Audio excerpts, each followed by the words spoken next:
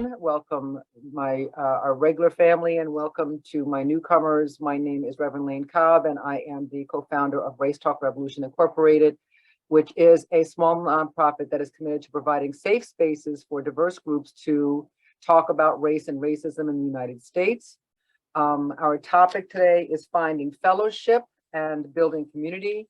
Our speaker is Maryland-based attorney, entrepreneur, and thought leader, Jason Green. He's going to speak with us today about his film project, Finding Fellowship, which is an award-winning documentary that explores the hopeful story of an unlikely merger of 3 racially segregated churches in rural Maryland in the 1960s. As always, during our conversation, I'm going to ask you to please remain muted. And during the Q&A section, we will instruct you how to raise your hand and go live on your video so you can ask your questions. We also remind you that Race Talk Revolution is a safe and brave space for people of all backgrounds to share ideas and opinions and explore the nuances of systemic racism while together growing our capacity for effective anti-racist activism. The Race Talk community is dedicated to practicing radically inclusive love. And that means even if we don't agree or understand what someone is sharing, we listen with empathy and respect and appreciation. It is our commitment that every person be encouraged, heard, and appreciated, because on Race Talk Revolution, every voice matters. So I'm going to go ahead right now and read Jason's bio, and then we're going to start the interview. So we're so grateful to have him. Jason Green is a Maryland-based attorney, entrepreneur, and thought leader on economic opportunity and the future of work. He serves as the executive in residence for Zeal Capital Partners, a DC-based inclusive investing firm focused on eliminating the skills and wealth gap. In 2013, Jason Green co-founded SkillSmart, an award-winning enterprise that empowers communities by providing a skills-based ecosystem to connect employers, job seekers, and education providers. Before co-founding SkillSmart, Jason held several positions in local and federal government, most recently serving as associate counsel to President Barack Obama. Prior to his time at the White House, Jason served as the National Voter Registration Director for the 2008 Obama campaign. The son of a preacher and a teacher, Jason learned the importance of community and community building at an early age. He is a TEDx speaker and frequent contributor who has been featured on Bloomberg News, MSNBC, and NPR, discussing workforce trends, politics, and the economy. Jason is a graduate of Washington University in St. Louis and earned a law degree from Yale Law School, and recently completed his first documentary entitled Finding Fellowship, the story of hope about the unlikely merger of 3 segregated churches in the divided 1960s into what is now called Fair Haven United Methodist Church in Montgomery County, Maryland. Jason, thank you so much. Welcome to Race Talk Revolution. We're so happy to have you here. I know how busy you are. And this movie has gotten a lot of attention. It's really quite personal and very, very moving. And might you just start by telling us a little bit about it and what prompted you to make it? Lane, good afternoon. Thank you for having me. It's such a pleasure to be with you, and I appreciate the work that you're doing and creating forums like this to have important and sometimes difficult conversations. So just thank you for what you're doing in this space. Thank you for having me today. Pleasure to be with each of you. And thank you for your kind comments on the film. It took a little over 8 years to film, produce, complete, and get out into the world. And so I'd like to say that it's all been a joy, but there are some rough edges and points along the way I think your viewers can appreciate. But it was a blessing. The entire process for me, when you talk about kind of outcomes, has absolutely been a blessing. And the impetus, I mean, we could spend actually probably all of our time today talking about kind of why I felt compelled to make Finding Fellowship. There were different facets and there were different things along the way that kind of kept me going throughout those 8 years. But going back to 2013, when I was sort of beginning this journey, one of the significant impetuses for the project was the fact that my grandmother was sick. In my bio, you mentioned that I'm the son of a teacher and a preacher, but I'm also the product of a very active grandmother who was the matriarch of our community and in many respects had a role in raising me and introducing me to the idea of service. I would get dropped off at her house on Tuesdays and Thursdays after school. And so she volunteered at the local hospital. So 5 and 6-year-old Jason volunteered at the local hospital.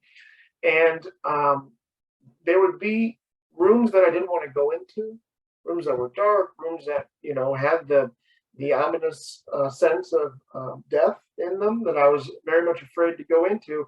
But my grandmother would be in there, sitting with people often late in life, offering them a daily devotional or a hand to hold or a calming presence or an ice chip or whatever it was. And so I got to see her be present and making people's lives better through her presence. And it showed me early that was something that I wanted to do. And so in 2013, she was then 95 years old. She had fallen sick. She was in the hospital, and it just happened to be that exact same hospital where I got introduced to the idea of service. And it made a lot of sense for me to go and spend time with her, hold her hand, try and be her daily devotional. And it created space and time, which is so important. It's what you've done today. Create space and time for conversation. And I had been very busy up to that point. You read some of the components of my resume, and I had been too busy in some respects to hear the stories of my family that my grandmother had probably tried to tell me. And so this gave me opportunity to sit with her and hear all the stories. And I heard all the stories. But one in particular that moved me was how her church that she had attended since she was a girl ended up merging with these 2 other white congregations in 1968. And what sort of struck me about that, because all of the stories were interesting and compelling, what struck me about that was that this story was so interestingly juxtaposed against the narrative that I was hearing of the day. On radio and television, all I was hearing was that we were a divided people, that we were irreconcilably divided along racial lines, along political lines, along socioeconomic lines, and that we hadn't been that divided since 1968. And yet here I was hearing a story from our history, right, from 1968, from a time that we could all agree was divided politically, racially, economically. And yet there were individuals there who were able to not be bound by their past and sort of forge a different future. And so it seemed really appropriate to try and tell this story from our past in the future, in the present that we were definitely experiencing. Because I think one of the things that was really stark to me as I was hearing about our division was how apathetic people felt about the division. That this was something that was happening to us, and we didn't have control, we didn't have stake, we didn't have agency in controlling it. And so that was the other thing that was so moving to me about hearing this story, was that it didn't come from on high. This isn't something that came from Washington, D.C. These were people in their own communities, in their own congregations, who decided to, sort of put their shoulder to the boulder, if you will, and not necessarily with the intent of having us talk about it 50 years later, but to affect change in their lives in real time. And so that was important too. It was a story about people, building community in their own neighborhoods, which I think we needed to be reminded of. And so all of those pieces at different parts in the journey sort of kept helping motivate me to explore the story and then ultimately to tell it. Thank you. So what is the story, right? There's a lot of stories in this movie. I hope people got to watch the film because it's really multi-layered. There's so much history in Quince Orchard, right? First, you start with that, maybe, if you can, and then Pleasant View. Can you tell us a little bit about that history and what's important about that? Sure. Thank you for that question, Elaine. And it's funny when you went right to it. There's a lot of storylines and there's some complexity in this film. I am only very recently comfortable with the idea of calling myself a filmmaker. Now that we have a film that's out that I directed, I guess I have to do that. But up until this process, I've been a lawyer, I've been a business owner, I've been a nonprofit executive. And so when I came to making this film, there were a number of folks who had more expertise in filmmaking. And often the guidance they said to me was, you got too much going on in this. You got too many storylines. You got too much complexity. You got to narrow this down. You tell the church story. You tell the community story. Pick one. And I thought long and hard about that, Lane. And I ultimately decided that life is complex, that our stories are complex, that what happens inside our community institutions affects what's going on outside of them. What's going on outside of our community institutions affects what's going on inside of them. And so I thought it important. I trusted our viewers that they could actually handle that level of complexity, but I also thought it was important to reflect the complexity that we have in our lives.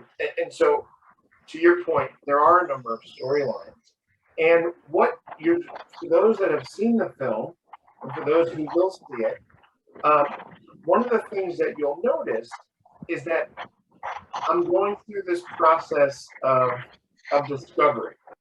And the elements of discovery that you're seeing on camera and on screen are actually the elements of discovery that I'm experiencing throughout that process. So you mentioned, let's start with Quince Orchard. Well, interestingly, that's where the journey started for me. That was the hook that my grandmother first gave me while she was in that hospital room. She talked about being upset that she wasn't in her hometown anymore and missing her hometown. And I said, well, Grandma, for those of you who know any Maryland geography, I said, Grandma, you're in Gaithersburg. What do you mean you miss your hometown? This is where you grew up. She said, no, I grew up in Quince Orchard. Now, mind you, I grew up in the exact same footprint as to where my grandmother grew up. But I grew up in a place called Gaithersburg. She grew up in a place called Quince Orchard. And I had never heard of it referred to as a place. So when she said that to me, I thought that this was the early stages of a woman slipping into senility.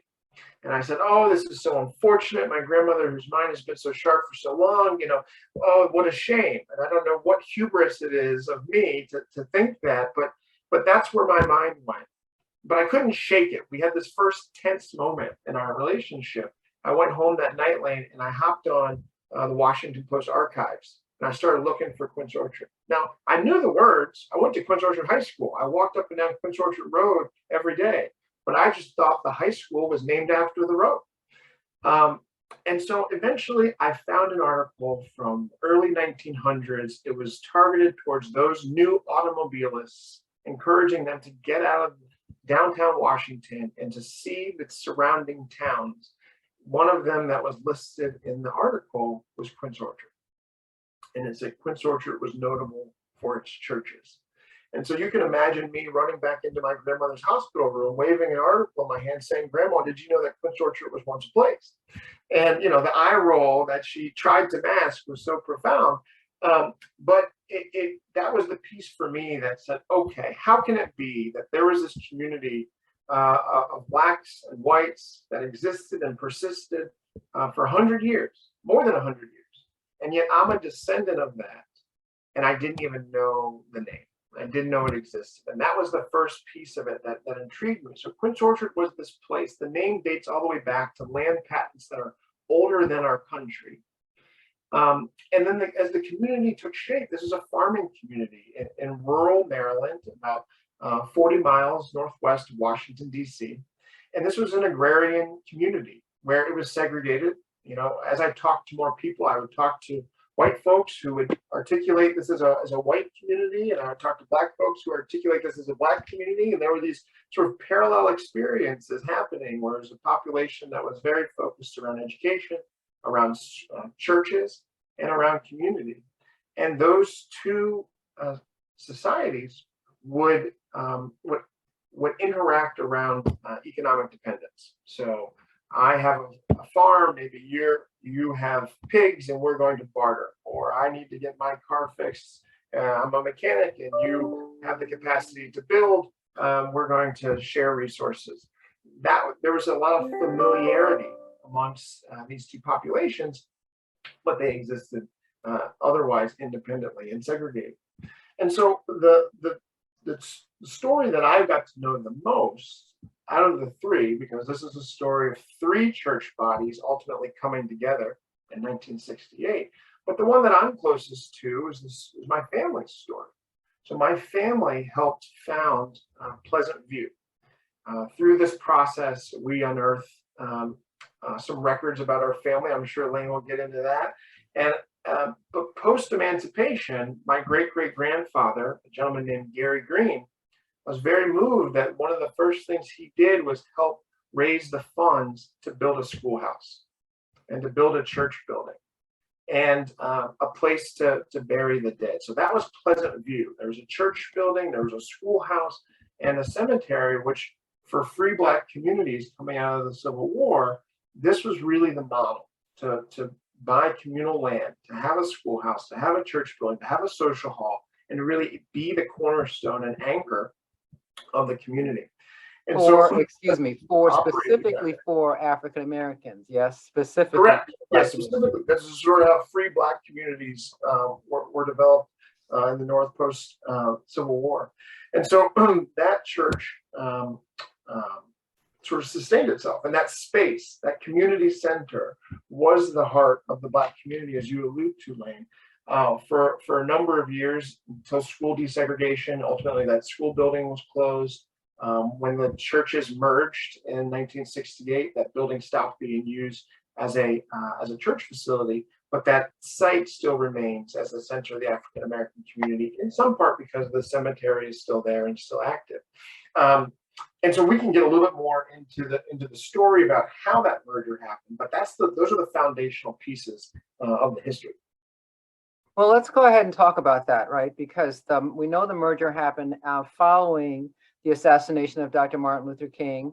I found it so interesting, your father sharing the story of his family congregation, I guess, finding out about that assassination from the white pastor of a white church next door. Tell us a little bit about that, right? So what happened, and why did they ultimately, two white churches and one Black church, decided to merge? So tell us about that, please.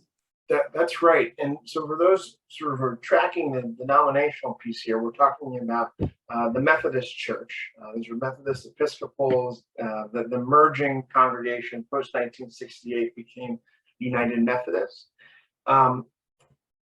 At that time, back in 1968, there were three churches. One, the Black church, was called Pleasant View. And then there were two white congregations. And this always struck me as so remarkable that in this very small community, there could be three Methodist congregations that really operated, for me, as this representation of America. Because you had the Black congregation, and then you had two white congregations, one of which was affiliated with the North, one of which was affiliated with the South, right? And so even those white churches were themselves divided over this issue of slavery, which had taken place in the 1840s, that division. But even that church that was affiliated with the North was still separated from the African American church, with all of it so socially dynamic in the soil of Prince Orchard.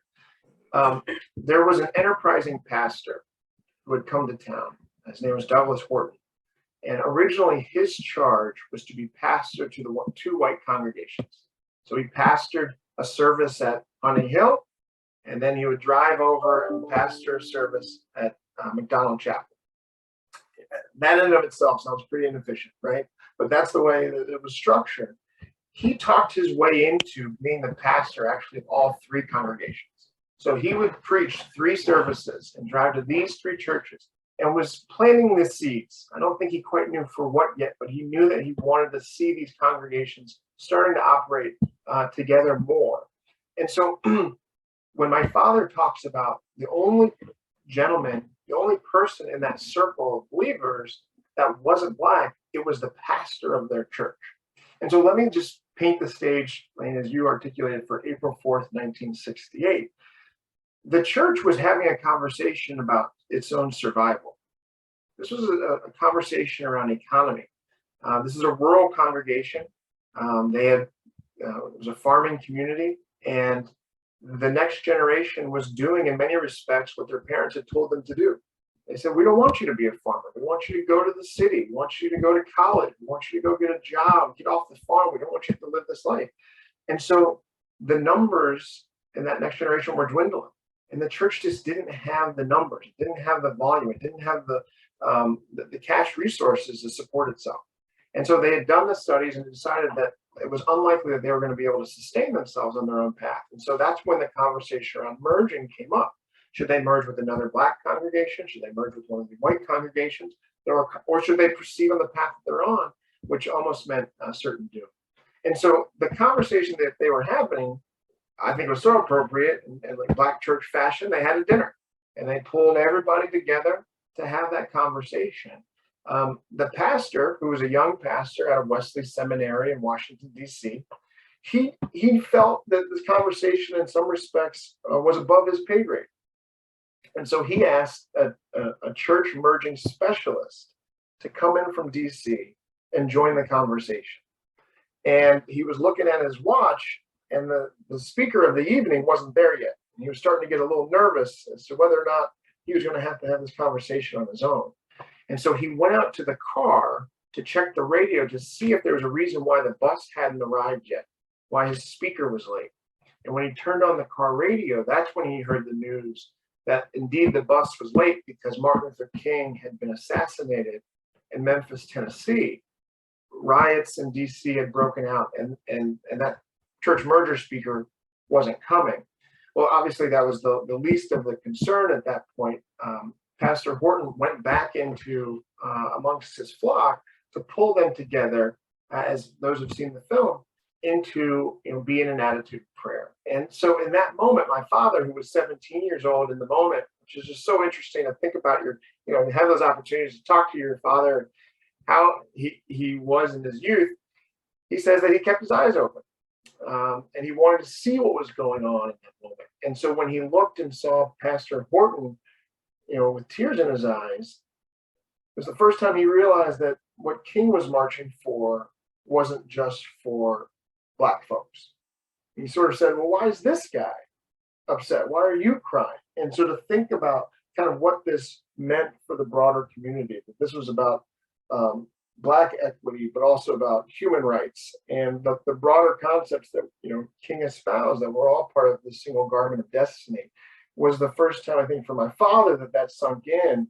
To have Pastor Horton present would be so emotionally stricken by the passing of Dr. King. The last thing I'll say, just about sort of the spate of events, as you're hearing it right now, is how I heard it from my grandmother. And I jumped the gun and I said, oh, okay. And they didn't merge, right? And she was, throws her hand up in frustration with me. And she says, no, Jason, they did merge. The churches, there was too emotional in that moment, but they came back together and they voted and they decided to merge their congregations together. And some will say, well, this happened because of King. And I wonder, I don't know the answer to that question, but it's clear to me that his assassination injected emotion into a decision that wasn't there. There was already a lot of emotion, don't get me wrong, but it added new emotion. And what moved me about the story, at first I was so intrigued by the fact that this meeting happened on the same night that King was assassinated. That had to tell us something. Well, that tells us that this was an emotional decision. But what I thought was so important, and lessons can be drawn, is decisions that were made after April 4th, 1968. And what happened on April 7th? What happened on the next day? These decisions to come back together and decide to love one another, even when we didn't necessarily like one another. That, I feel like, is where lessons can really be drawn about how we actually move forward together. So that's a great segue, right? Because all churches lost some members in the process of the merger, right, over time. And there were some very intentional decisions that had to be made. I wonder if you know anything, kind of how did the merger affect not only congregations, but also the surrounding community of Quince Orchard, right? Because you made the point that our institutions, what happens on the inside and the outside of our institutions affect each other, right? So do you know that there were, what was the effect of the mergers on the community? Yeah, let's just start with that. Sure. I think when you articulate it well, um, it was important for me that this wasn't a Pollyanna-ish story. And sometimes it gets framed that way, but when we get down to the brass tacks, we know that that wasn't the case. I remember someone telling me once that, of course, a story of merging can happen like this in a community that doesn't have a history of segregation, that doesn't have a history of slavery, like Maryland. And we know that that person doesn't know their history, that there is, that's part of the reason why I had to anchor this story in a history of slavery, in a history of segregation. The presence of those histories doesn't then foreclose the opportunity to come together. Um, but at the same time, the Pollyannish part doesn't stop there, right? Or the non-Pollyannish part doesn't stop there. It's not just that there's a history of segregation and a history of slavery. The reality is, once the decision to merge came, it split congregations, it split families. My father and my grandmother decided to merge. My grandfather didn't. When you talk about emotionally fraught decisions, it doesn't get much more than that. In addition, after the merger, Elaine mentioned that there were members of each congregation that did not merge. Even amongst the congregations that did merge, there's talk in the film about having to desegregate the congregation. So even though you've voted, you are now attending an integrated space. You would walk in on Sunday, and sometimes the left would be all white and the right would be all black. The efforts to integrate the choirs, to have a church service that was representative of different interests. That's hard enough amongst people of the same denomination and same background to figure out, how long are we going to preach and what hymn book are we going to sing from? And all of those components had to be addressed with this looming concept of race hanging over them.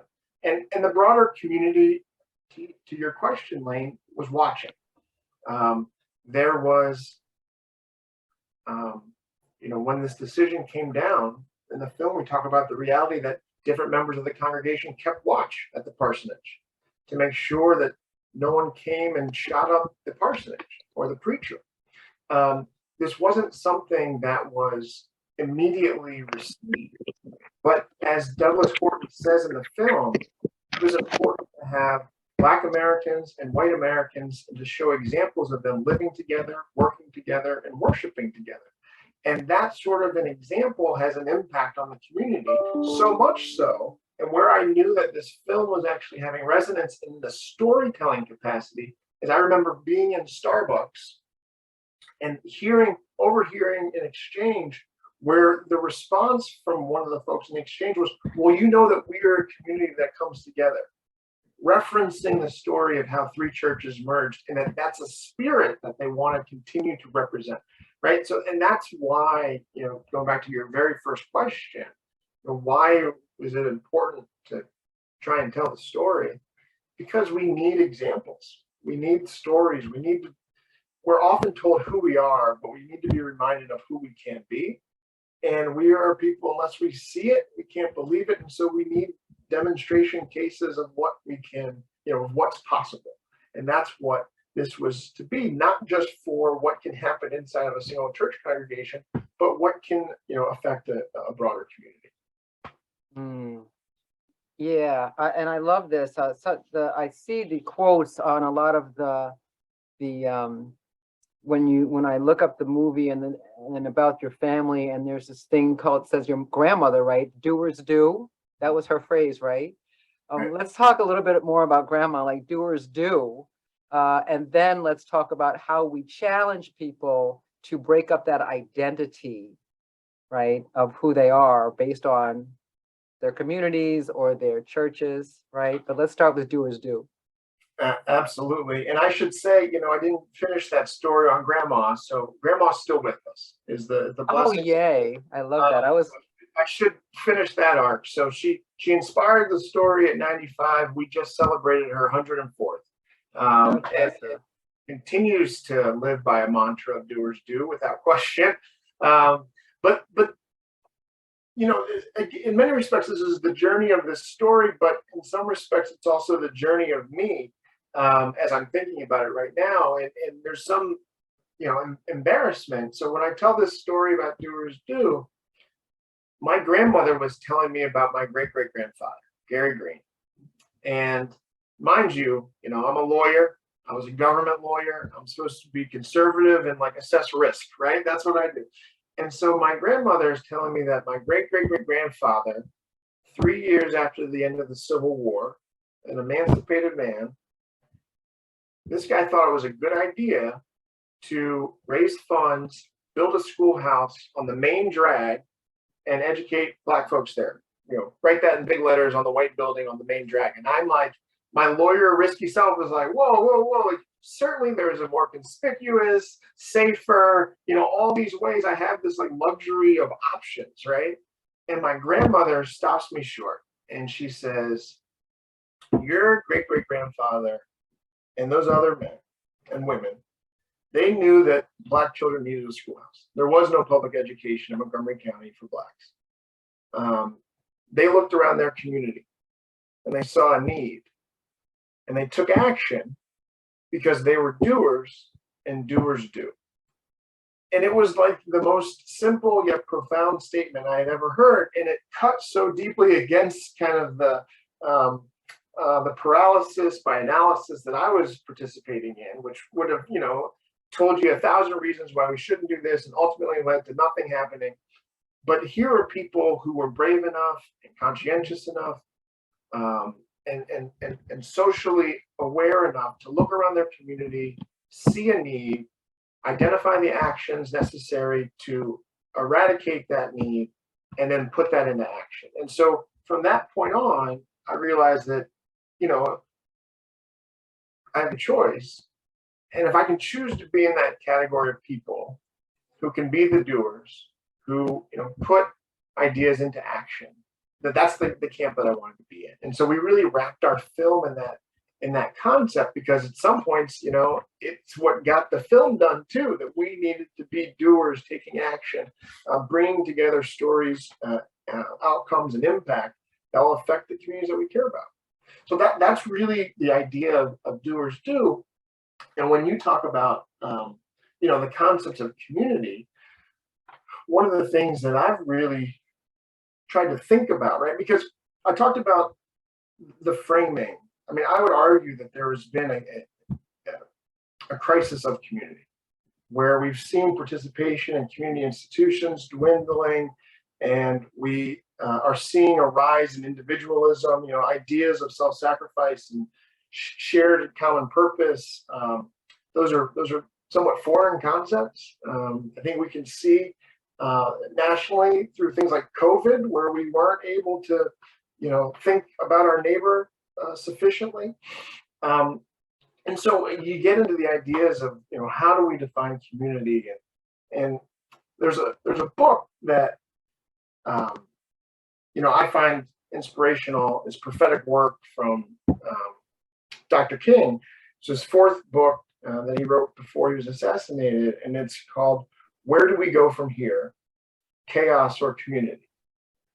And one, I think, is powerful in that last part, right? Chaos or community. We see so many examples of chaos and mayhem, back to this point about being told who we are.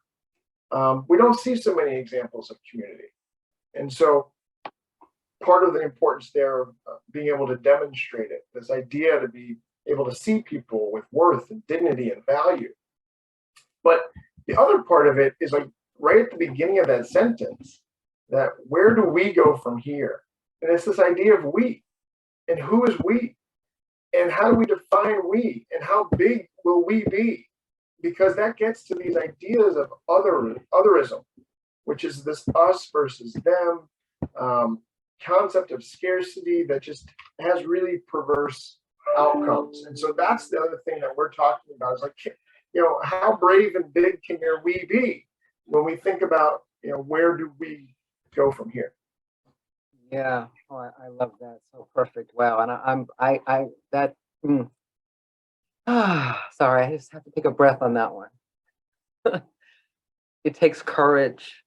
It takes commitment. And I'm also present to, in that film, what's really being illustrated is an expression of spiritual imperative also. Kind of, if we understand our mission, if we are in touch with our humanity, if we actually are embracing the message of our spiritual teachings, then we know that there is a place to go that is more inclusive. And of course, we know about Martin Luther King being quoted as saying 11 a.m. on a Sunday is the most segregated hour in America. I am wondering, what are the lessons in this movie for faith-based organizations that want to create more welcoming environments for interracial worship? Yeah, it's a great question. And remarkably, that statement was made, I believe, in 1965, and it's not too far off today.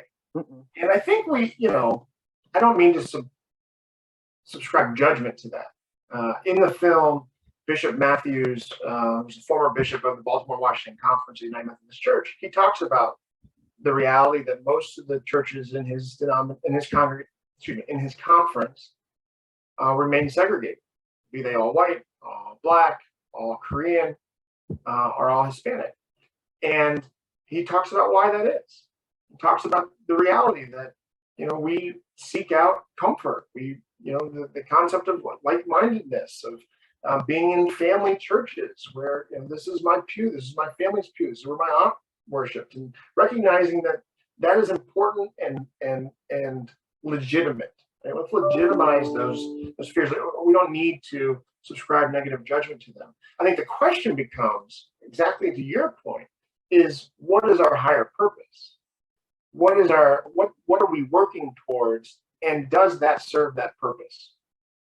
Okay, and if it does, right, is the way in which we're worshiping, in your example around religious institutions, is the way in which we're worshiping, and the way in which we're gathering, the way in which we're inviting people in, serving this higher purpose of perhaps being part of a beloved community? Great. But if it's not, then how are we going to change those practices? How can we enhance the way in which we make ourselves, sort of the humanly manly manifestations of that? I think when you talk about lessons from the film, often the film is talked about, am I advocating for every church to merge? No, that is not my advocacy here. And frankly, this is a conversation about all institutions of community, right? The church has, I think, been one of the most profound ones, particularly at this time period where it was the center of worship, but it was also the center of social activity. If you were going to go to a dance, it was at your church. If you were watching a movie, it was at the church. And so these really were the places and centers of community. But this concept applies beyond that as well. But in this concept of sort of religious service, just for a moment, I think part of what this film is saying isn't, bring them together, build it and they will come. It's not that. It's actually demonstrating all of the things that need to be present for us to even have a chance. Right? This is a challenging undertaking for us to be a beloved community. It's a challenging undertaking for us to choose love. Right? People think that is Pollyannish and easy. Well, I dare them to try it. Love your neighbor at all costs. Right? Like these are radical ideas if you think about it.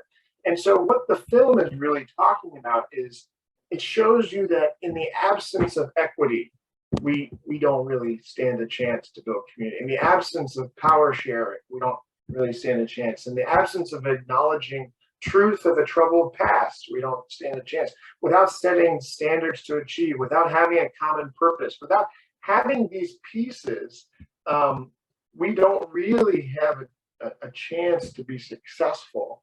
And so that's the first piece, is coming together around what that common purpose is, what that higher calling is, to acknowledge that, to set that first and foremost, and then to be able to analyze and be critical about, how we are living practically and whether that's moving us further towards that objective.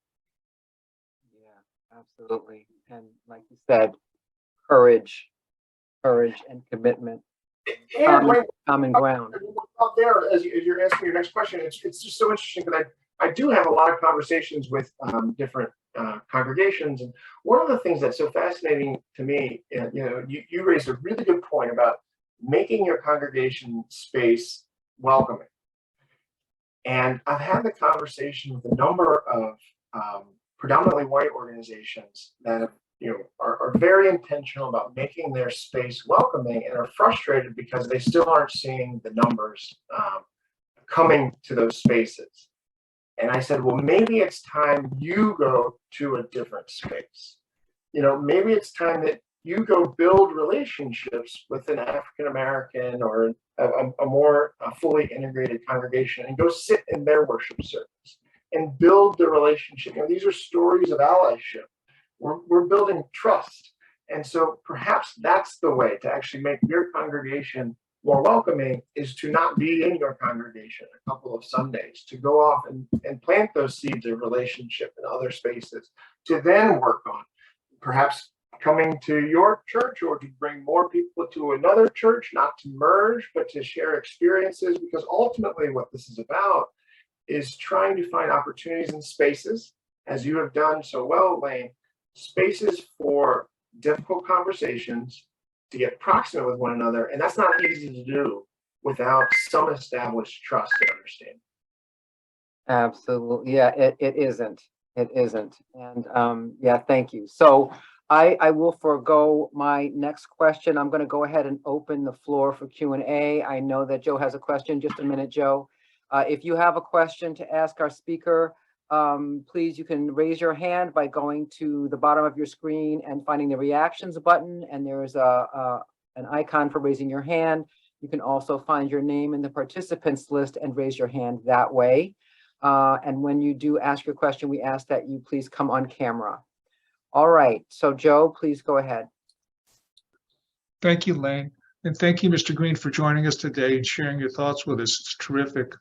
I would ask if you would please comment on the desire of a predominantly white congregation like my Unitarian Universalist congregation in White Plains. Could you comment on the harm that could be caused by just impulsively reaching out to another congregation and asking to just show up and watch and observe?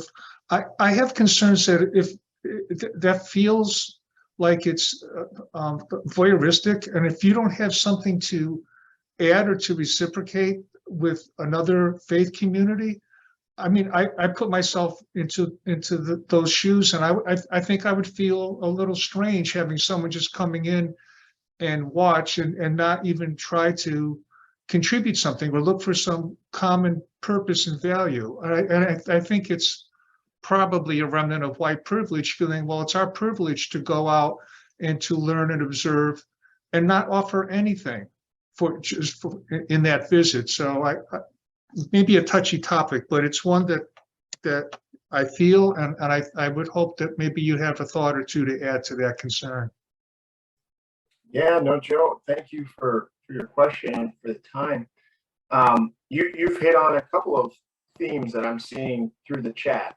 Annie's point about white people imposing culture, perhaps when they join some services, and even Leslie talking about the cultural components of what church means most meaningfully to her. And that's part of why I was trying to not subscribe judgment on the pure existence of our spaces, right?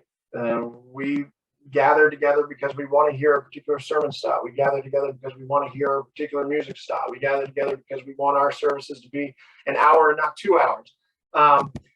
We gather together for familiarity and for comfort. And so those things in and of themselves are not bad or wrong. I think what we then have to get to is the objective and the intention and the outcomes of our actions. And that's where you're going, Joe, right? So we're actually going to have this space, but not actually allow it to be collaborative or productive, but in those instances more performative. That has the capacity to actually be harmful. What we this conversation around community in my mind is about building the tenets of social fabric, right? Which is really, without it, it's sort of unfortunate in the good times and really dangerous in the bad times if we don't have it. And so we have to take these moments to build the tenets of social fabric, which I think often the measure by which we evaluate ourselves is one of comfort. I think this is what you're speaking about. We're going to be in our congregation. This is where I'm comfortable, and so we're going to let some folks come in and we, by power of osmosis, things will happen. Well, I think that comfort quotient is probably the wrong measure.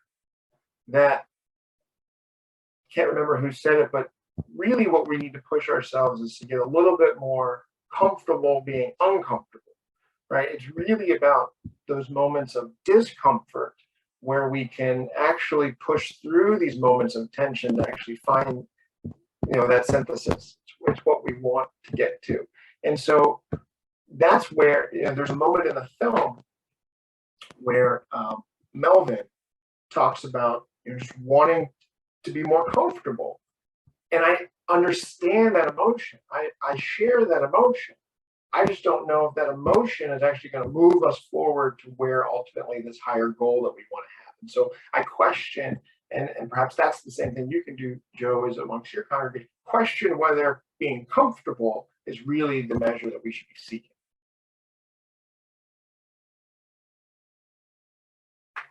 Thank you, Joe. Yeah, that getting comfortable with being uncomfortable, extremely important, very challenging for folk. And it does go along with the legacy of whiteness. Like, there is an assumption that we have a right to be comfortable, and which is an interesting thing to push against. People, it's hard sometimes for people to understand that. One of the things that you actually spoke about earlier was the unknown history, or the combined history of that community. And so for people also not understanding, oh no, Maryland has a rich legacy of slavery, right? And knowing what our roots are and the roots of the communities that we now live in, and what that can tell us, what that can teach us, what that helps us to lean into, what that gives us a common ground of perhaps conversation for moving forward. Can you say something about that? I know that's a kind of a lot, but maybe there's something there that you can speak to. So for our PhD seminar, Lane, on slavery in Maryland. I'm sorry, I can't help it. Just about the shared legacy, that's all. No, it's so important, and it's funny. I remember I was being interviewed once by a reporter, and he apologized to me because he said, "I'm sorry, I didn't know this history. My family didn't sit around the dinner table and talk about it." And I said, "Well, mine didn't either. That's the whole point. Is that I didn't know this history either. Perhaps for different reasons. I think." The legacy of slavery in many respects was too challenging to talk about. My grandmother uses those words in the film, but that doesn't mean that it's any less important to share. And I think we're seeing a generational shift, particularly in the African American community, about sharing that legacy, and that it's important to know the story and be connected to it. I also remember in a film screening, a gentleman remarking that, of course, that he was surprised that I was surprised to learn of my family slavery story. And he sort of said it shouldn't be surprising for African Americans in the United States to draw their history back to slavery. And I agree with the sentiment, but we also shouldn't assume kind of what that relationship is. So I was taught that slavery was a concept that existed long ago in a land far away. And so, though I've talked about it, in my head, it was theoretical. And a lot of the policies when I was in government, when I would talk about it, it was almost theoretical. I had an idea and a picture in my head of what slaves looked like, what slave owners looked like, we can all kind of go there immediately and sort of see that snapshot. When I found my great-great-grandfather and great-great-grandmother's slave records, I was prepared for them to be in, I don't know, Alabama, South Carolina, Southern Georgia. That was the slavery that I knew. I was unprepared for my grandfather's grandfather to be a slave. And I was unprepared for it to take place in the community that I grew up in. And immediately holding that record, it was no longer theoretical. And this idea of slavery being long ago and far away was erased. And it was that proximate. And I could see the through line, and I understood sort of the effects on the families. And I can go and find the land records that, where land was taken or not given, within the last 150 years. And so that's the importance of being able to know the story. Painful though it may be, it's because not just for the story's sake, but for the impact of the story, because these component pieces are so interconnected. And, you asked about Maryland's unique relationship with slavery, because of Maryland and just a very odd relationship with the Emancipation Proclamation and being a border state. Maryland was a northern state, non-seceding, but slave-owning state. And so when the Emancipation Proclamation was signed in January of 1863, it did not emancipate the slaves in Maryland. In Maryland, they weren't emancipated until Emancipation Day, November 1st, 1964. And so the only reason why I was able to get that record of my great-great-great-grandparents was because the Maryland General Assembly, for fear that Maryland would secede, that slave owners would rebel, promised that slave owners would be compensated for their slaves should those slaves ever be emancipated. And so to make sure there was a comprehensive record for compensation, there was a slave census conducted in 1864. So to appease powerful white slave owners and to compensate them for their potential loss of property, not for the free labor that had been given, but to compensate them for potential loss of property and to preserve the Union, right? So it's so much dichotomy there. There were promises in around compensation of slaves. And so it's all very nuanced and requires us to sort of have that understanding of history, because those pieces and the way in which they're complicated sort of affects how we think about these things today. Thank you. So two folks in the queue, Eddie Freed and then Ann. Hi, thanks so much. Oh, what a session today. I wanted to go back to a thread that Joe started and several folks continued with this thought of white people going into black spaces.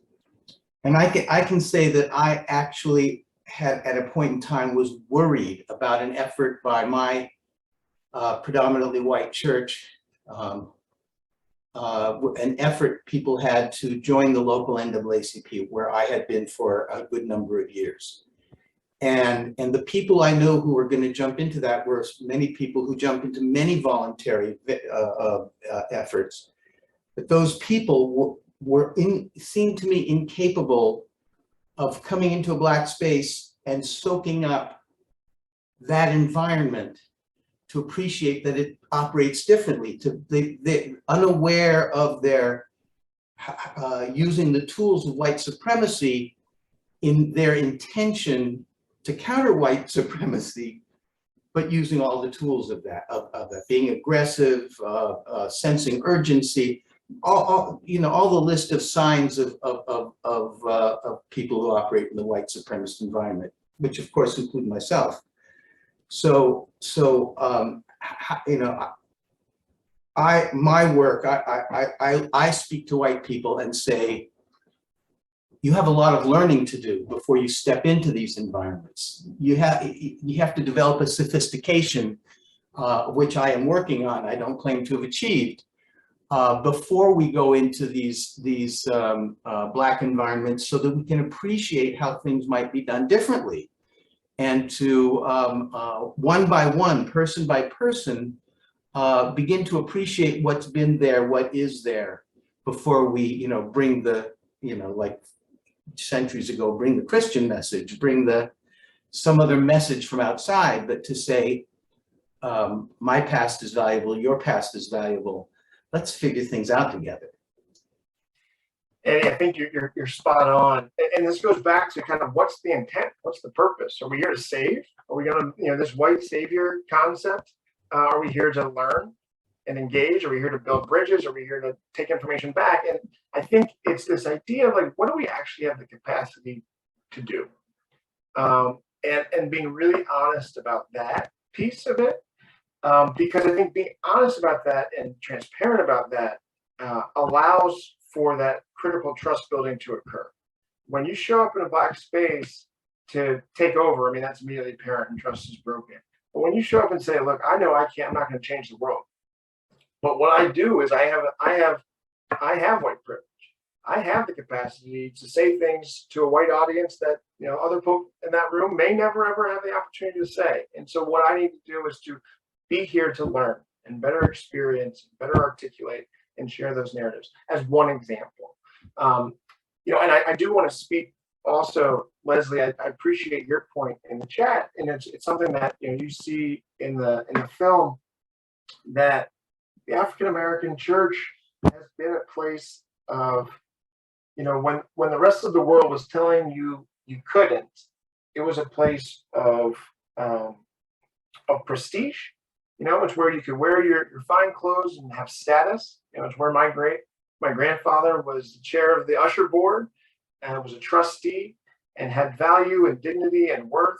And it's where your cup could be refilled when, so challenged in other spaces. And so to then pierce that veil of a space that is supposed to be so sacrosanct for so many reasons, spiritually, but also practically, that this is where I need to be to fill up my cup. If that is then also undermined by someone with selfish motivations, and that really is can be devastating.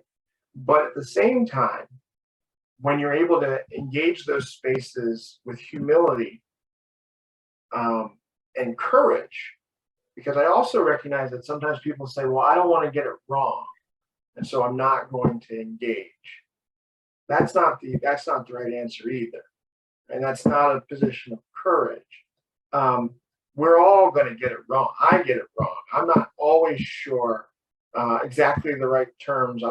But when you approach it with humility, right, and with a clear understanding of the intended outcome, more often than not, that will be received well. Not every time, but you have to know that you are approaching it with your own humility, right, with your own integrity, and that's the only way that we can really move forward. So I'm just going to ask the question: are you suggesting that people? I'm sorry, I bumped the desk. Are you suggesting that white people ask permission before they just kind of attend a Black church, whether out of curiosity or love or inclusion or whatever that might be? I mean, think about what a beautiful statement that is, right? To say, I know your doors are open, but I want you to know why I'm coming. I want you to know what I bring and what I hope to achieve. That sort of dialogue is a really beautiful thing. Mm-hmm. And I would wonder, those that would be discouraged by sort of having that dialogue, right? But that seems like the sort of spirit that we want to have. And ultimately, I realize that we're at time late. I might do a couple of plugs here just for folks, because this is an important conversation, and I just want. No, you have a whole half an hour. We're not done until 1:30. Oh, okay. Oh, good, good, good.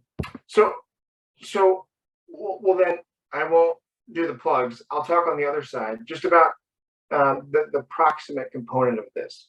So I think that that's what's really important. This gets back to this concept of comfort, right? Um, we won't move forward unless we actually find mechanisms to get proximate with each other and actually have these conversations, right? And so that's what this is. And the way that we actually have those conversations, the way that we tee them up, the way that we introduce them, is meaningful, and it matters, and it sets the tone. You know, one thread from the film that I'll share with folks to go back to, if you have an opportunity. So after the churches merge, there's a pastor there, Glenn Young. There's a young white pastor. And I mentioned at the top that my grandfather did not participate in the merger. Okay. Now, it would have been easy, as I think we have all done, when we have a disagreement, when there's a decision that's made and people make a decision that's not your decision, to cast them off, right? Well, they never cast off my grandfather, even though he was not yet ready to merge. Doors were left open for him. Olive branches were extended. And eventually, you know, he became a member of that congregation and ultimately was a trustee of that congregation. And I put the example in the film because I think it's really emblematic. It's small, but it represents a great deal. So when Fellowship, which is the film's namesake, there's also the street that I grew up on. I grew up on a street that was not paved, and that had much to do with the fact that it was an all-black street. It was unpaved, but when it came time finally to present before the county to get the street paved, my grandfather, who also lived in that street and was organizing the effort, he went to Glenn Young, the pastor, the white pastor at the church that he originally did not want to merge with, and asked him if Glenn would be willing to come and testify on behalf of this community organization. So coming outside of the church, right, and talking about a relationship that was unrelated to the church, but Glenn knew sort of his authority, and he knew the authority that he would bring with his testimony. And he had worked very hard to build a relationship with my grandfather. And my grandfather trusted that relationship enough that when the time came for him to do something that was of great significance for him, he was able to rely on that social fabric, right? And pull Glenn in to participate in that conversation to ultimately get the road paved. This is a story about roads getting paved, but it's also a story about sort of how do we achieve dignity? How do we engage in allyship? How do we address power structures? How do we show up and build relationships for something today that may have ultimately impact something completely different tomorrow, right? Glenn was trying to make my grandfather feel welcomed in a church congregation that ultimately built a relationship that allowed him to testify in a public hearing, completely unrelated to church matters. And I think that's what I'm talking about, is when we're sitting in these spaces, right, that we know are important, where others are gathered, these are opportunities for us to learn and build relationship for a future that we do not yet know. But we can feel that there's a fabric that can be relied upon when times are difficult or necessary to be leveraged. And that's really what I'm trying to get at about, you know, the opportunities to come together. It's for a purpose. It's so that we can be about this work. Yes, coming together for our common purpose. Very, very important. And that is what is necessary, I think, to repair the tears in our social fabric, right? So thank you for that example. And thank you for being so patient. Mr. Green, I was really moved by your film and so appreciative of its the complexities that it explored. Americans, I think, tend to like black and white. They like to have an answer, and it's impossible to have answers without exploring the gray areas and the areas of pain that exist in this country. And so your film was just an incredible introduction for me to a whole culture that I am not at all familiar with. And I really appreciated that. I moved to Sleepy Hollow, New York, 6 years ago, and I found a community that was half Spanish speaking, mostly recent immigrants. And I had been working on bringing different communities together in St. Paul, Minnesota, where I moved from, to be sure that there were stations for low-income, multi-ethnic neighborhoods along a light rail line that was being built. And so I'm a doer, and I love your quote, doers do. And when I came here, I immediately saw a lack of connections or acknowledgement of the Spanish-speaking community, no translations into Spanish, living separately geographically. And I must say, this is something that I think needs to be acknowledged, that people tend to gather to live together with people who are similar in many cases, and particularly new immigrants come to join people from their country who have already lived here. So when I started off, I began pushing for more acknowledgement of the Spanish speaking, etc. And then I realized that I was trying to speak for a complexity of Spanish speaking communities that have moved here. And I began to see that what was needed was to engage with individuals in that community and encourage them to step up and begin becoming a part of the village government and encouraging the village to be more open to including the Spanish-speaking community. And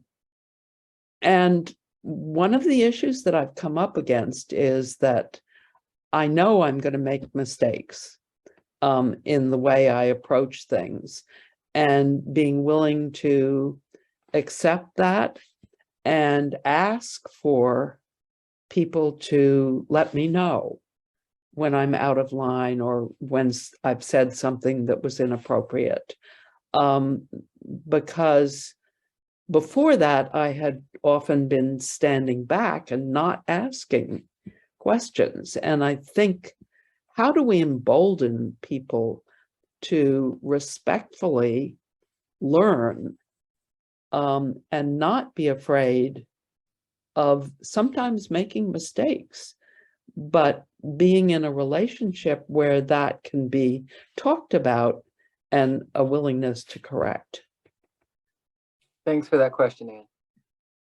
And thank you so much for that. And what I love is right at the end what you just said, be in a relationship. I think sometimes we want this to all go so fast. You know, can't we solve this problem? Can we achieve this over time? And just sort of going back to the film as an example, and I apologize as the filmmaker, you know, I only had 60 minutes, and PBS gave me 57 minutes to make the film. So to squeeze it all in 57 minutes. And so I really sort of highlight this emotional apex moment of April 4th. But the reality is, like your work, Ann, those seeds have been planted long before, right? It had been planted in the inner relationship of the economy. So there were some elements of familiarity, right? It was planted by the desegregation of public schools. So kids had started playing together. the pastor, Douglas Horton, had started making it so that the women, it's always the women that lead, and that the women's groups had started communing together. And then the men's Christians group, and then the youth group were coming together. And so even with all of that, we still had the division. We still had people leave. We still had those that weren't prepared for this merger, but they had been in a relationship, and to your point, they'd started being in a relationship in some manner or fashion that led to other relationship, which led to other relationship, and allowing that to build and to grow. There's another story that ultimately got cut out of the film that I want to share that sort of was reminding me of your story. And it's this idea that, my dad is a Methodist pastor. He's now the district superintendent for the Methodist Church. In many respects, has committed his life to the idea of the beloved community. And, I was bathed in the idea of community, baptized in love. And I heard him say, in many respects, what I would consider a dog whistle. He said something like, it was just safer when you knew your neighbors. And that sort of, my ear perked up, because I imagine, Ann, you've heard something like that when you get new folks that are moving in that maybe look a little bit different or have a different background. And I was surprised to hear my dad say, it was a little bit safer when you knew your neighbors. And so I said to him, probably a little bit sharper than I intended, I said, well, whose fault is that? Because what's more likely when you move to a new community that you go door to door and say, hi, I'm your new neighbor, and is there history here? And is there anything I should know?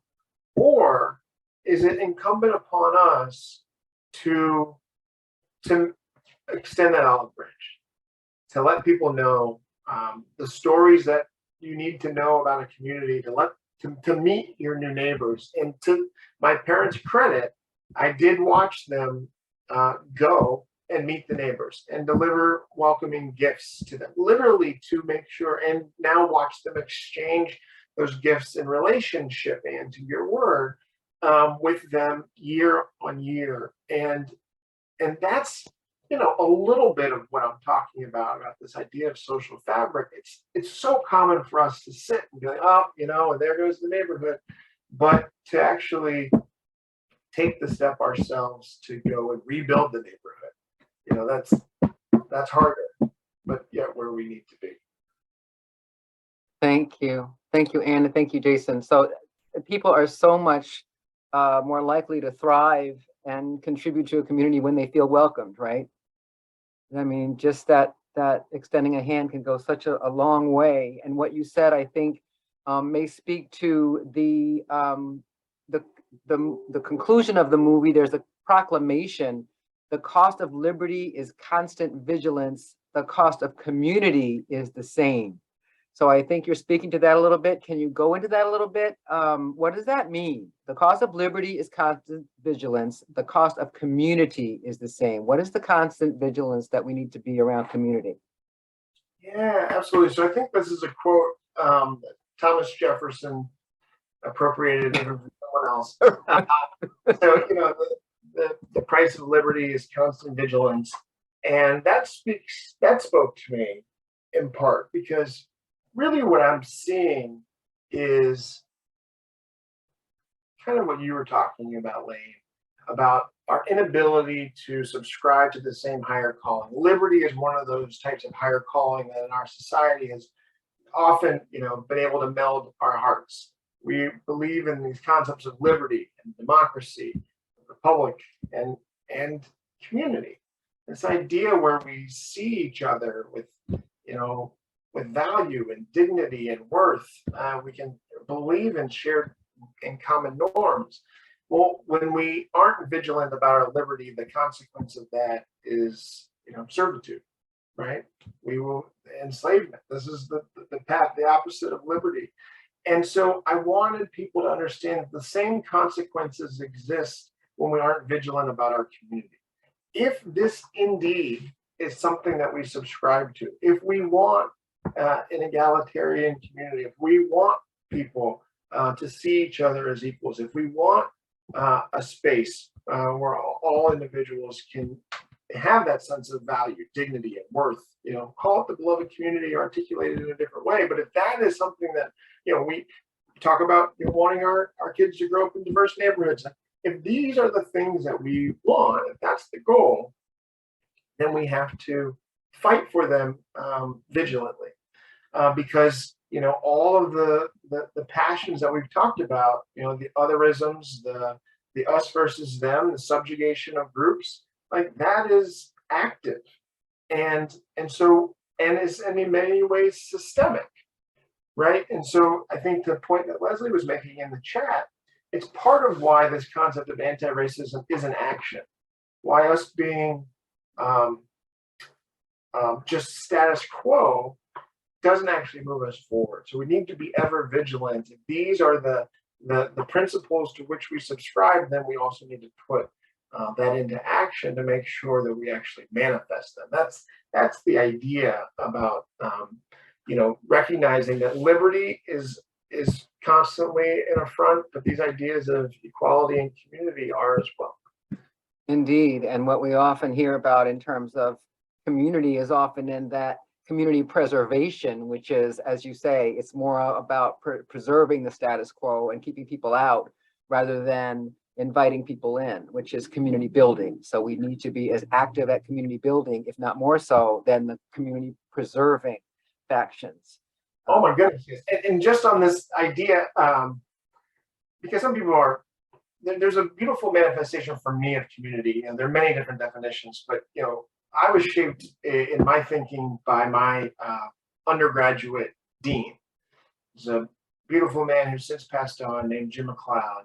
And his idea for my university, which was, you know, to actually build a true community, is a place where every student would be known by name and by story. And that was really powerful for me to start to understand what community means. You know, community, it's that story piece, to take a moment and to doff someone else with significance, to understand their story. As Anne would say, to begin a relationship, to be proximate with one another, right? That is what this idea of building a community is about, to then do something, to use that social fabric, to empower a minority community, to remove social inequity where we see it, right? That's what these ideas, for me, that's why we defend them so vigilantly. I love that. Thank you so much. We're going to have Saja ask her question, and then Jason, I'm going to let you do those plugs. As a matter of fact, I'm going to ask you to do those plugs you wanted to do. All right, Saja, please unmute. Hi, thank you. This is such a big conversation. I picked up on a couple things that just resonated within me, positively and negatively, but not negatively about the conversation, but just I noticed things that are uncomfortable. And one was the use of the word should a while ago, because it's my least favorite word in the whole world, I think. But I wanted to actually get back to a little bit that Lane used, the term a tear in the community fabric. And immediately within myself, I felt like I wanted to add that when I experienced that, it really isn't a concept like that, which is a lovely way to say it, but it's a tear in my heart. And that's where I notice it. That's where I find it. That's where I know if that's what I'm present to or not. It makes me want to cry right now. And I just had a conversation this morning with someone about that, who I care about very much, and he me, and we've talked about this a lot, because sometimes we're just a little off, and yet much time we aren't. And it's being in sync with yourself, and having affection for the other, or looking for that within the other. It's trying to. I struggle with learning to trust, and yet also feel safe, like what you're saying, and I wonder kind of if the community can be found perhaps in places like fruit markets and YMCA's and community buildings and library meeting rooms, where it is more neutral, and there can be an invitation of, maybe a movie night once a month or something, where we have a movie like yours, a film like yours, and others that we've seen here, and then have these discussions not just globally, but locally. It's a thought. There you go. Here's a job for me. Anyway, so I just wanted to let you know that again, I want to get out of my head and into my heart with this stuff because it's the only place that I really turn out to be very authentic. I tend to be in this present day uncomfortable and afraid of my own microaggressions. So I get concerned about finding out that I stepped on someone's toes with something I've said, and so sometimes I don't say anything. But anyway, I just wanted to throw that out there. Thanks, Adrian. Thank you for your comment, your question, and your vulnerability. I think all are really important. And a couple of thoughts trying to tie into the film. First, I think you're spot on around this idea of acting locally. That was part of what moved me about this story, because I think at the national level, we were having all of this demonstrated division, and yet finding fellowship is not, I find it as a powerful story, but I also find it as a quintessential American story. It is not unique. There are stories like Finding Fellowship all across the country. There are amazing organizations that are bounding together to have impact all across the country. And we need to keep doing that. We need to keep acting locally. One of the things that my old boss, President Obama, used to say is that change never comes from the top down, it comes from the bottom up. Change isn't going to come from Washington, it's going to come to Washington. And so it's really important. Part of what we wanted to do when we found the Finding Fellowship story is to inspire others to engage their own communities and to know their history and to feel anchored where they are and to engage in that work there. So you're absolutely right about engaging locally. One of the things that was really important, was powerful when I watched when I was making the film and heard the story, was that the three churches didn't merge into one of the church spaces. Okay, to your point about space and comfort, they didn't go into the Black church. They didn't end up in one of the white churches. They built a new church and took on a new name. And I think that was really important. They didn't shed their history. They took their history with them, but they also symbolized the beginning of something new in a space that they could share and define in a new way. And that was really, really important. And so I understand the complexities about sometimes going into spaces, and we can build spaces that are themselves imbued in trust. The spaces matter. Okay, and so I think that's fair. But the other point here is that we often want to hold and create safe spaces. And I think we need to push past this idea of safe space, because that really is generally meaning that we're going to preserve status quo in those safe spaces, and to get to courageous spaces. That's what you're asking for. You're asking for the courage to be wrong. You're asking for the humility to be wrong. And so I challenge us not to have safe spaces where no one will be offended, but to have courageous spaces where difficult conversations will happen, tension will occur, and we can move past that synthesis because we go into them authentically and have the norms and the expectations that they will be authentic spaces for courageous conversations that are a little bit more than the traditional safe spaces. And I think my hope is that we can all give ourselves a little bit more grace as well as we go along that path. It's interesting, one last story. This one didn't make the film, but it was really a core component of the way in which I grew up to this idea of community. When I was a kid at church, after church let out, we had fellowship hour. And this was, where we would, where the cookies and the drinks and everything would be set out. And we kids would get out of Sunday school often a minute or two before the adults would get out of worship. And so the kids would beeline it down to the fellowship hall. And every week, right before I was able to get my hands on that sugar cookie, Miss Emma Jackson would smack my hand. And she would smack every kid's hand, and she would say, "You wait until the adults get here, and then we will eat the cookies." Miss Emma didn't have any children. She wasn't my mother. She wasn't any of the other kids' mothers. And when our parents did get there, I'd say, Miss Emma smacked my hand that I was going to eat a cookie, and they would say, good. And every parent would say that same thing to their child. And it's because they knew that Miss Emma cared. She was trying to instill an important lesson about community, about being part of about society, about respect. And they also knew that she cared as much about their kids as they did. And there's that part of this too. When I talk about common good and social fabric, we need to be able to create spaces where we're able to care for one another in the same way that Miss Emma cared for us. That caring also took on the form of discipline and counseling, and there wasn't the individualistic response that we often see today, that I know how to do this in the best way, that don't touch my child for fear of this.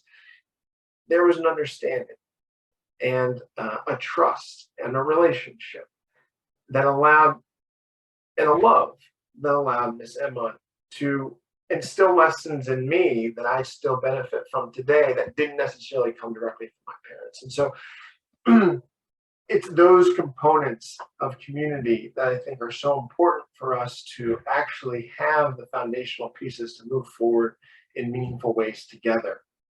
And I'll close, thank you for the prompting, Lane, about just some of the plugs. So I put in the chat, and I'll put in again a link to the film for those who haven't had an opportunity. Thank you to everyone who has seen it. Appreciate you so much for taking the time. As I mentioned, it's about 57 minutes.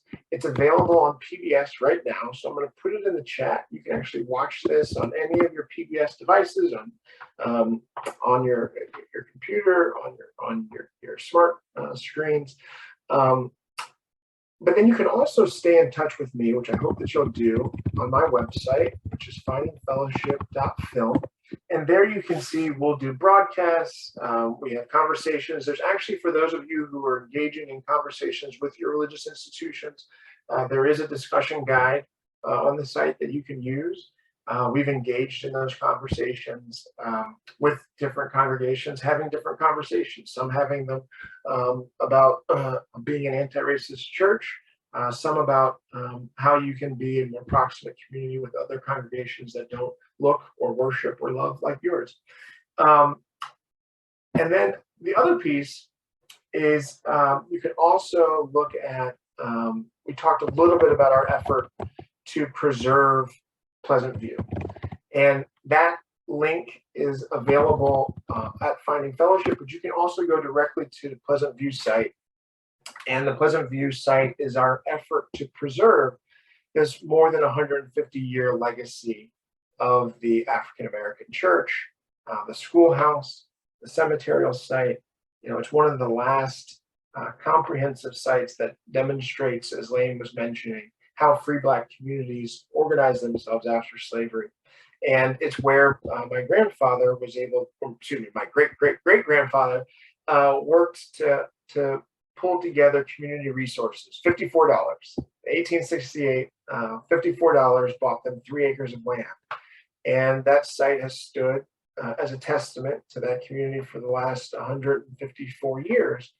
And so we're actually in the process of raising $1.5 million, a little bit more than 54, to restore those buildings and make sure that that site continues to exist for the next 150 years. And so I welcome you to, there's many facets and ways to participate in that effort. We would love your energy or interest for any of these efforts. And then as Lane did with the film, she reached out to have a conversation, and we really enjoyed the opportunity. And so if you perhaps would have a conversation with your Rotary Club or your congregation or another group, we can do that through findingfellowship.film and just be in touch. But I've really enjoyed the opportunity, Lane. So thank you so much for having me. Thank you, Jason Green. Thank you so much for your time and your passion and your commitment to this. Again, findingfellowship.film is how you can get to him. pleasantviewsite.org is how you can contribute, and you can find the film also on pbs.org. Please join us next week when our speaker is going to be Mr. AJ Woodson, excuse me, my co-host is going to be Mr. AJ Woodson. Our speaker is going to be Mr. Damon K. Jones. Our topic is going to be about Black male mental health. And we're going to discuss how it's important for Black folks in particular to address mental health through a lens that allows us to see ourselves as whole and complete and not broken. And that book is available on Amazon. As always, we do remind you to connect with people who don't look or live or worship like you. As Jason did say, please share our program. If you like our programs, share our programs. And also you can donate if you'd like at www.racetalkrevolution.com. And you can reach me at info@racetalkrevolution.com if you want more information or to suggest a topic or a speaker that you'd like to hear about. So just thank you so much, everyone. Thank you so much, Jason Green. Please watch Finding Fellowship. Once again, available at pbs.org. All right. Have a great week, everyone. We'll see you next week. Next week is going to be our last of this particular series, the last for the summer. So please join us for a conversation about Black male mental health. Love you so much. Bye, everybody. Take care. Be blessed. Take care. Thank you, Jason. Thank you.